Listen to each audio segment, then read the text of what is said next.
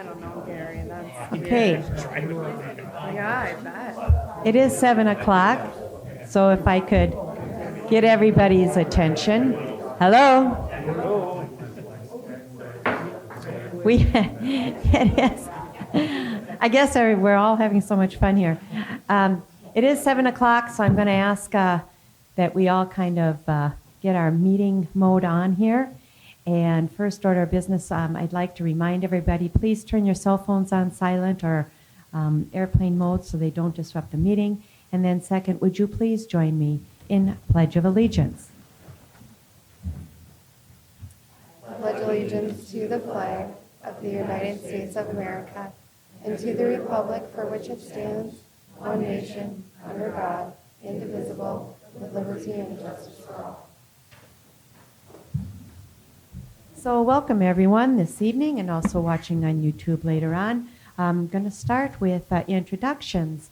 I'm going to start at the end this time with our Chief of Police, Paul Falls, and next to him we have Ron Beatty joining us once again, sitting in for Sarah Sansala. Welcome, Ron. And then we have Brian Grimm, our Finance Director, and Jasper Krugel, our Administrator. I'm Lisa Whalen, I'm the Mayor. And then to my left I have council members, Kathleen Refkin, Ann McGregor, Peter Vickery, Claudia Lacey, and then on the end we have our Allison Fauski with WSB, our city engineer, Gary Peters, our public works director, and then we have also Ali Palfus, who is also acting as our minute taker this evening as well, besides being director of administration.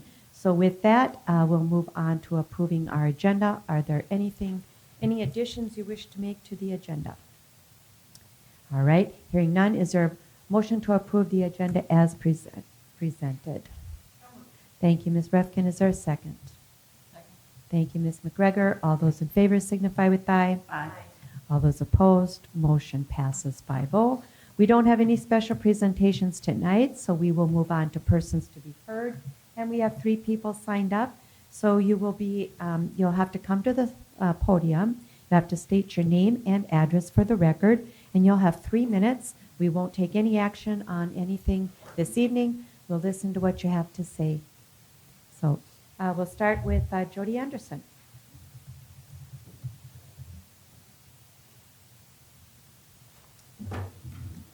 Hello, Madam Mayor and Council. My name is Jody Anderson, and I live at 6501 West Branch Road. I was not in attendance at the last working session, so I would like to address a few things that were said that were not true. And as you know, I'm sure that we have the case with the city with dog barking.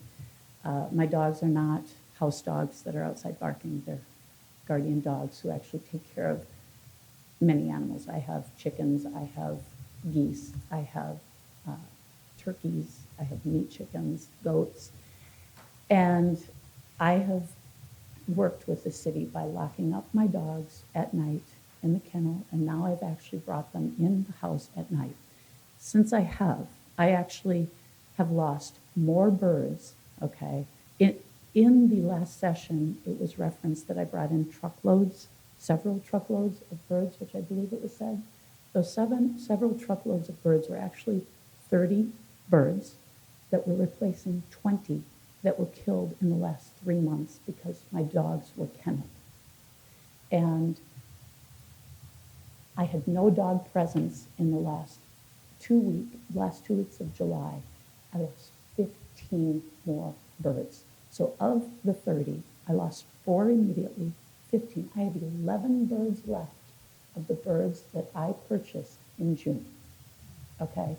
That is a loss, any way you slice it. And those dogs are necessary. Those dogs are not house dogs. I challenge each one of you to look up guardian dogs and what they are. They are specifically, my dogs are Great Pyrenees. They are known for their temperament, for their intelligence. They actually, I have witnessed my dogs at night when there's coyotes. They're not barking. This was 2 summers ago when they were out at night. But they weren't barking, and what's wrong with my dogs? It wasn't until the pack moved in the direction of my house. The dogs barked for 10 seconds, 15 maybe, stopped, listened to the coyotes to see if they were retreating or moving toward our house, and they were. They barked another 10, 15 seconds, stopped and listened. The coyotes retreated, my dogs quit. They don't bark, Madam Mayor, every day, all day, which is what you said to me last summer when I called you, trying to ask for, how do I address this? I didn't thumb my nose at anyone. I reached out to you. I asked you what I can do. You didn't listen to me when I came here the last time and spoke and tried to educate on what a working dog is. And so I stand here today and I challenge all of you. Please do your homework. We live in agriculture. I did not put a farm together overnight. I have lived on this property since 2015, and I am being mistreated. We are going through the process legally, and we will financially do what we have to do. We are a farm. I sell meat chickens. I sell eggs. I sell turkeys, and I sell goats, miniature goats, and my operation is minimized. I don't have any goats if I don't have dogs, because they're this big. All right. Thank you for your Thank you. comments. And then we have John Anderson.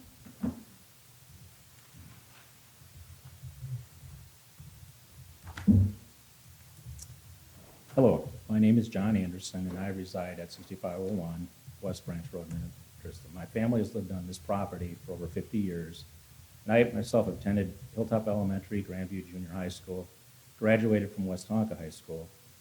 And although some of the specific neighbors have changed, the plotting of the surrounding land has not changed much since I was a kid in the 1970s.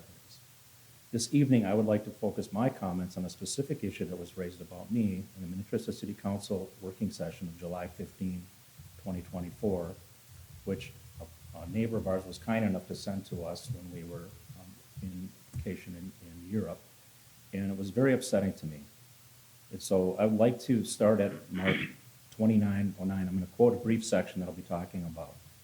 Quote, "This is another issue, and I forwarded the email to Paul and Jasper with the noise regarding dirt bikes and four-wheelers that's come up again. It's reared its ugly head again, and on the same property.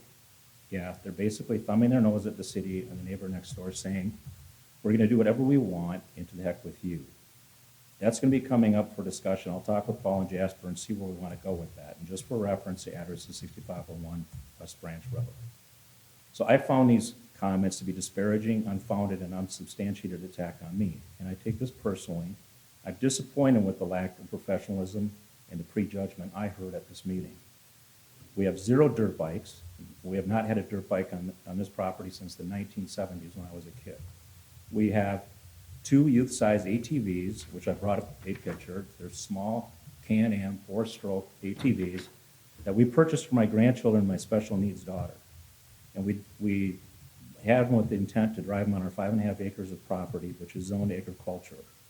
They're extremely quiet. They make less noise than a lawnmower, and they have the factory exhaust. These have been ridden 2, at the most 3 times this entire summer for no more than 30 to 45 minutes.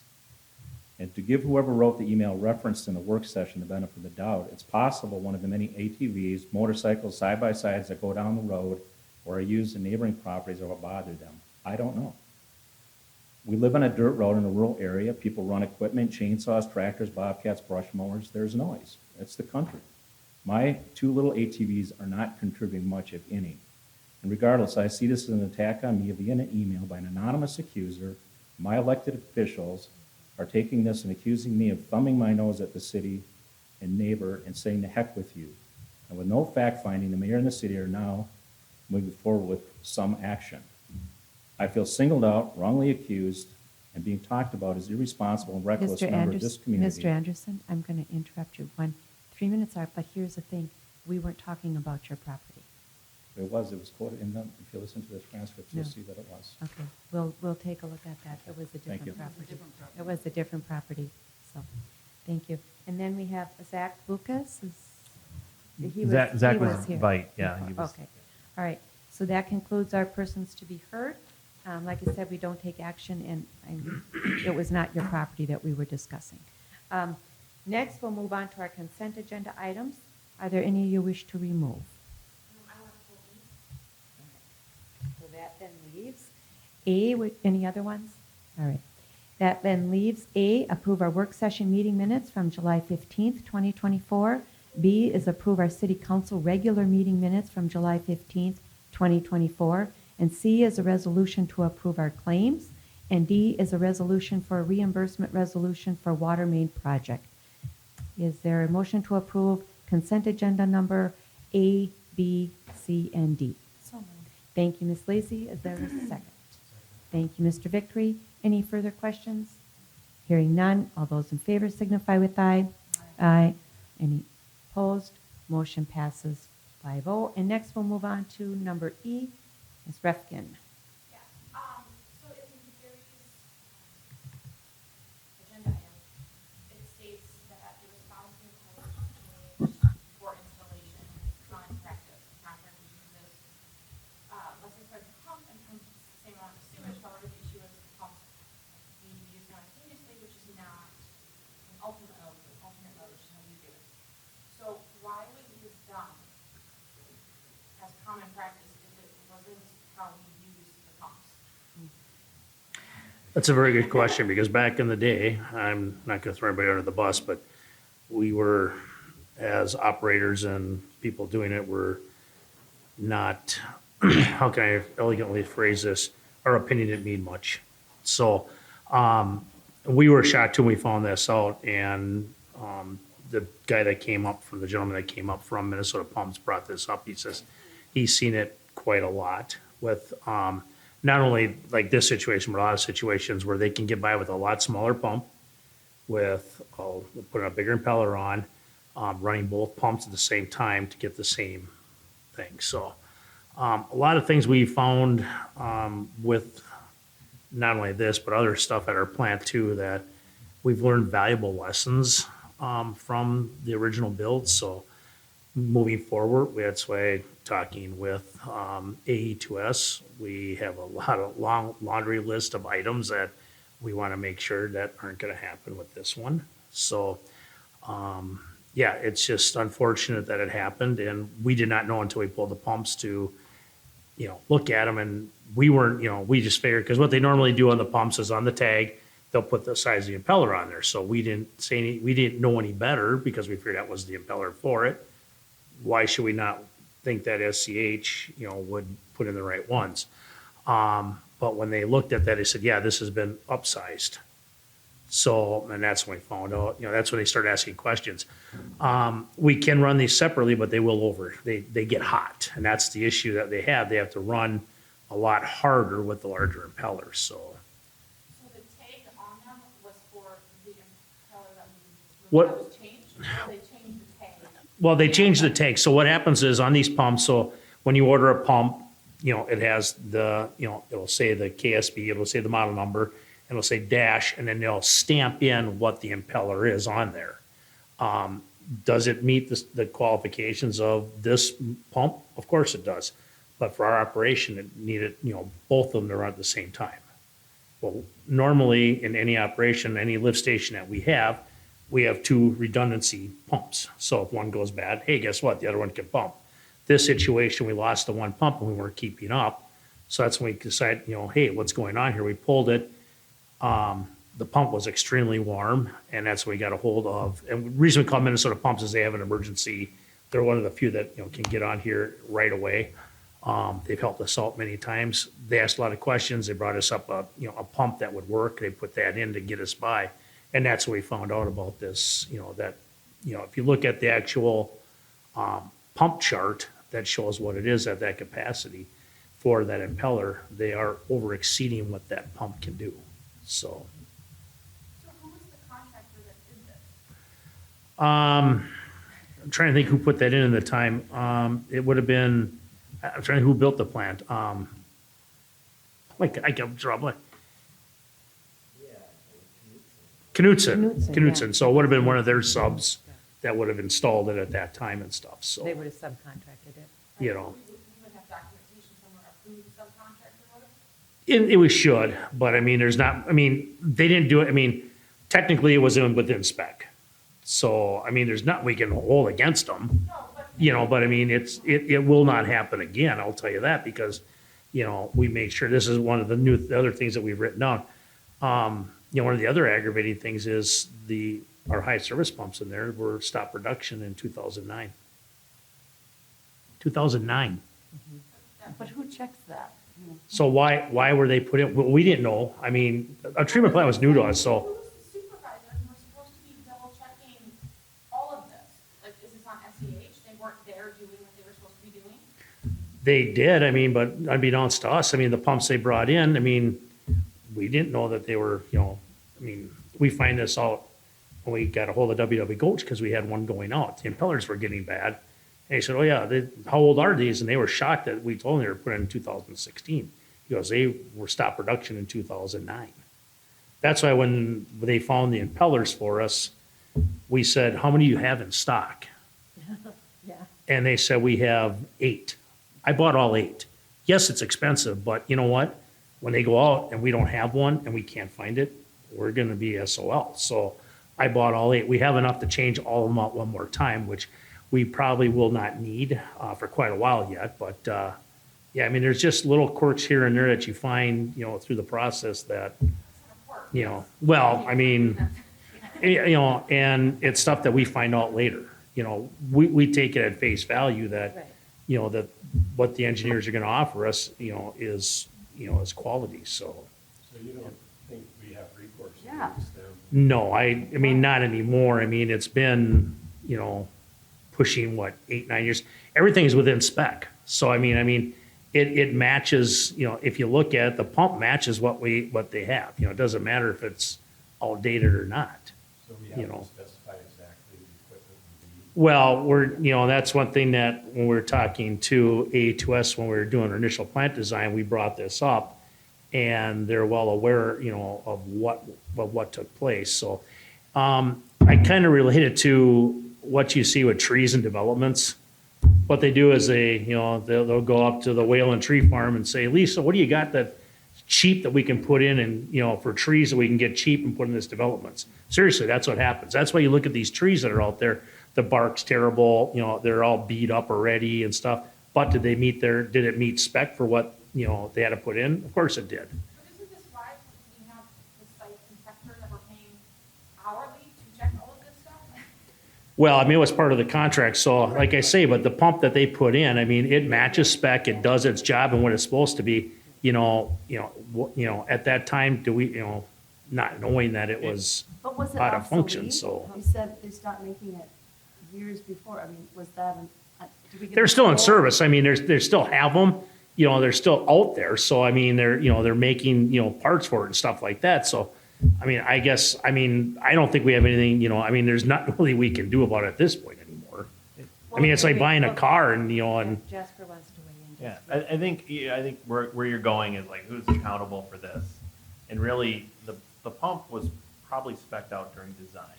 And the person that we paid for like construction observation is looking at the spec and the sheet for that.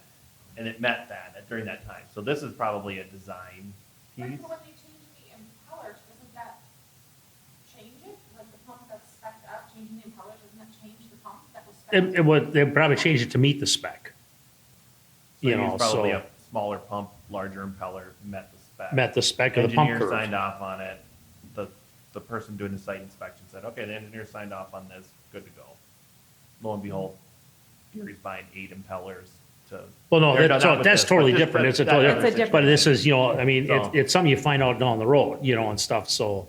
It's you good to know, put more you- time into the design of it and getting. Well, the operating inspection staff involved process, and- you know, more too, and find out what it's gonna be, so, What's in the north plant? as far as, The pumps and the impellers. oh, no, we don't, I mean, the high service pumps are exactly the same, but there's no, lift station. It's gravity flow to the main that flows down to 1. So, I mean, this one had, because it pumps into the main force main that comes from, lift 4 on Kings Point, that's why you had to have a lift station there, so. All right. Well, it has to get fixed. So Correct. I didn't pull it because I didn't want to approve it. I pulled it because I wanted to know why this Why? happened. Yeah.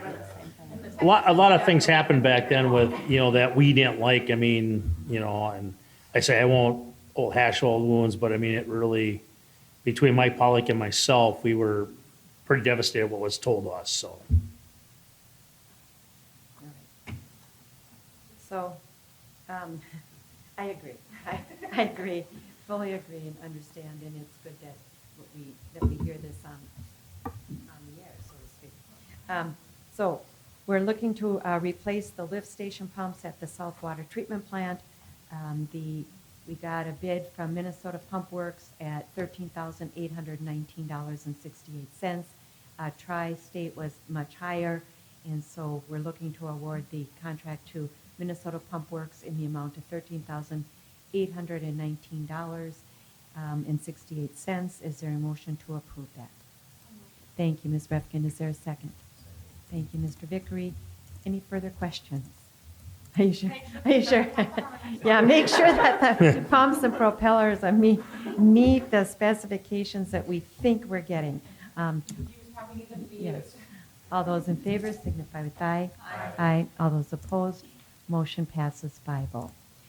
So that concludes basically all of our items. So we'll move on to our administrative items, staff reports, water treatment plant update. Gary Peters, do you need to add anything other than what we talked about at the work session? No, I mean, We had a nice update and. yeah, and then from now on, once we have meetings and stuff that, pertain to that and what we're stepping up to, let's kind of give you a brief overview of where we're at and what we're doing. Okay, good. Moving forward with that. Any other, good to have you back? Yeah, if I may, thanks for everybody bearing with me and, missed a few meetings, so it's good to be back. I appreciate it. It seems everything is moving forward budget-wise and everything else we have going on, so I appreciate everybody stepping up and kind of doing their part while I was out kind of recovering. So I don't really have any other updates other than, we're going to be really focused in on this water treatment plant moving forward over the next few months, and we're going to be trying to make decisions and pushing this along to try to get it done in a timely manner. So that's it. Good. Staff, yes? Yeah, so we scheduled the ribbon cutting for the Jean Lanier Park for September 4th at 4 p.m. for the work session. So hope you all can make it. We'll have some shaved ice. Come join. Yeah, some what? Shaved ice. Ice, Shaved. okay. You don't Shaved. say shaved. What is I was- it? Shave ice. And real quick, Gary, I was going to I've ask never you, had it. what happened to the bear? It's gone. Actually, Dean Johnson, one of the Yeah. residents that live there, home time, I don't, Yes, right. it's an old show, but he actually took and was going to redo it. Okay. And it is so rotted and so Oh, bad. okay. So unfortunately, I kind of asked the same question. We looked at the drainage issue they had down there if they got it fixed. They're gonna have a ceremonial burn at their fire pits, this summer. So unfortunately, the bear will be gone. It was unfortunately just rotted too bad that they couldn't even Poor fix guy. it. Okay. So Well, it looks, the park looks great. I was over there the other day. it turned out really nice. Good. Yeah, yeah. A lot of well, that's all we could put in that space, and No, I'm amazed at how many cars people manage to fit in there. Well, it's only supposed to. well, they will not be because you have to have the handicap accessible, and it's made for one extra car. We are putting signage up that there is parking down below, Yeah. and we will not be allowing them to park. We're putting signage up to it at the well house because they're parking that in, and they will not be parking there either. So Okay, emergency situations, we need to get in there. right. So and Paul, they need to run radar there. So I wonder if I could ask this question. Is there any kind of rules that should maybe be posted? there will be, yes, we have it. The sign being remade right now. One of them will be no chairs on the court. We had somebody put a chair in the court and it sunk in because it's the Yeah. special. They actually did call. They felt really bad. They did call, notify us.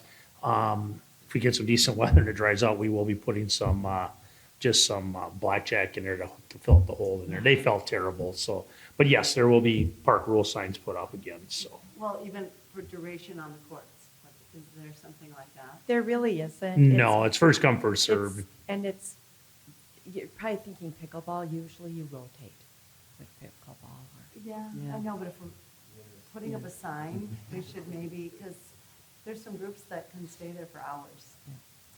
Well, it's, It's yeah, kind of like a basketball court. yeah, You just get to, or Yeah. get on the swing. yeah. They were there first. Mhm. As annoying as that is, I used to stay there all the time. But, okay. Any other, Oh. yeah. Planning Commission, August, there may be a meeting. Is there anybody who wants to? But, why don't we wait and see if there might be a meeting? Or Okay, there I'll will have be? David or So Nick then send on something the out. 19th, we'll look at our calendars and see. Okay. All right. Other staff reports, otherwise, council reports, anything? Yep, I went to, Jeff and I went to Mountain Fire meeting on the 18th. The 2024 projected year-end balance is $490,000 in change less than. The firefighters are getting a dollar raise for about $16 per hour, and the pension was at a 5% increase, which we all agreed to last year. Budget, chief is budgeting to start a duty shift starting January 1, so instead of just a duty officer, he's planning on having 2 guys go to calls, which should decrease the amount of other calls firefighters have to respond to, the lift assists and mostly probably the lift assists. Yeah, so he thinks that will help with, the guys getting burnt out on going to the same people over and over again. Budget for 2025, as you saw earlier, in there, interest portion is 376,000, which is a 3.27% increase from the original budget for last year, before we gave them kind of safety net to buy the car and the tool and everything. So it's less than last year after all that.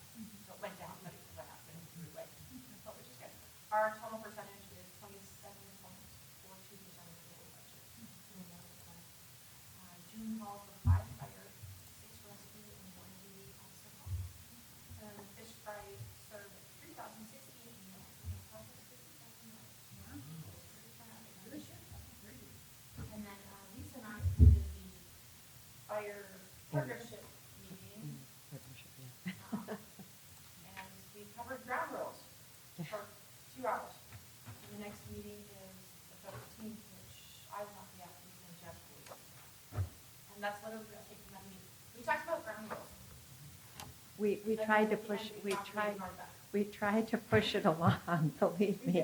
I was really close to getting everyone to vote and move forward. And we And had then we it got derailed derailed. by One person. one person. And then it went over one of the ground rules, which was to start and end on time. Yeah. And to check your egos at the door and be nice to everybody else. So, yeah, it's going to be very slow process. Hopefully at the next meeting, we set some sort of timeline on when decisions will be made. Yeah, yeah. I think more than just the two of us were frustrated, I think others were too. Yes. Yeah, and, yeah, this, one individual kind of derailed everything, kind of, anyhow. So, attended that meeting, and I'll be at the next one on the 13th, and hopefully you'll be able to make that one too, so that's good. Tomorrow I'll have the public safety, our quarterly public safety meeting with St. Bonnie, and then also National Night Out. So the chief and I, we tried to pawn me off on the lieutenant. Anyhow, unfortunately, you're stuck with me again, so the chief and I will be going out and visiting, and that's it. And then, don't forget about the ribbon cutting at 4 o'clock on the 4th. And then we'll see everybody out here on the 19th, and we'll find out if we have a planning commission meeting or not. All right, with that, we can be adjourned. And just one quick thing. Oh, I'm sorry. At the last meeting, the Prime Minister of Cape Watershed, Chris Gunsel with the county, said that they're trying to put together a program where they'll teach homeowners how to take care of the lake shore. Oh, yeah. Trying to keep Mhm. phosphorus from getting in. So I'm keenly interested now. We have a lot of lake shore, so Yeah. hopefully I can get something to happen here in Minnetrista. So keep you informed. It's going to be next year. But Okay. we'll see if we can get something going. Okay, great, great. All right, good. that's it. Then, is there a motion to adjourn? Peter made that and Kathleen seconded that. All those in favor signify with aye. Aye. All those opposed, motion passes 5-0. Thank you very much.